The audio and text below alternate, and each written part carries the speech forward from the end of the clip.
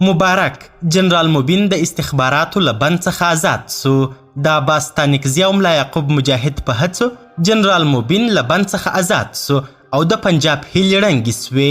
دا چې بشپړ حال څه دی ویډیو پوره وګورئ، په هر څه به پوه سئ. سلامونه قدرمنو لیدونکو، زموږ مشال پریس یوټیوب چینل ته ښه راغلاست. جنرال مبین د استخباراتو له زندانه خوشي سو. په ټولنیزو رسنیو کې په جنرال مبین د طالبانو یو مشهور مطبوعاتي مبلغ د استخباراتو له زندانه د خوشي کېدو خبر ورکړی. د نوموړي د نیول کېدو موضوع څو ورځې مخکې رسنیزه سوه، خو د طالبانو ویاندویانو یې تر اوسه په اړه څه نه دي ویلي. خپله جنرال مبین له نوم اخیستو پرته د طالبانو له یو شمېر مشرانو د نوموړي د خوشي کولو له امله مننه کړې. په خپاره سوو عکسونو کې لیدل کیږي چې د طالبانو د بهرنیو چارو وزارت سیاسي مرستیال عباس ستانکزي د نوموړي د خوشي کېدو لپاره هڅې کړي.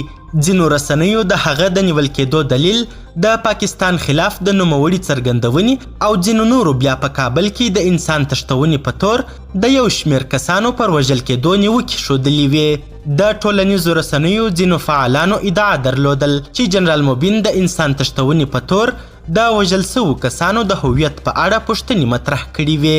ځینې خپاره سوي اسناد ادعا کوي چې وژل سوي کسان د طالبانو اړوند جنګیالي او د یو شمېر چارواکو خپلوان وو.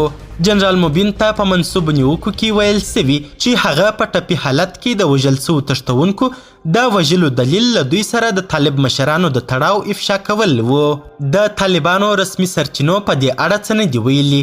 مبین چې په ټولنیزو رسنیو کې ځان په جنرال مبین مشهور کړی، د دوی له واکمنېدو سره د کابل لپاره د طالبانو د امنیې قومندانۍ ویاند و. د ځینو رسنیو په حواله هغه چې څو ځله په باج اخیستو او خلکو سره په ظلم هم تورن سوی، وروسته له دندې ګوښه او کور ناستی سو. مبین په وروستیو کې د طالبانو د دفاع وزیر ملا یعقوب، د بهرنیو چارو وزارت سیاسي مرستیال عباس ستانکزي او نورو څیرو سره چې د پاکستان ضد ګڼل کیږي نږدې اړیکې لري. قدرمنو لیدونکو، نړۍ مننه چې ویډیو مو تر اخري شیبو کتل. د لا زیاتو او نورو لحظه پر لحظه خبري مطالبو لپاره زموږ همدغه مشال پریس یوټیوب چینل سبسکرایب کړئ. تر بیا او بلې ویډیو ښه وخت ښې چارې. د الله په امان.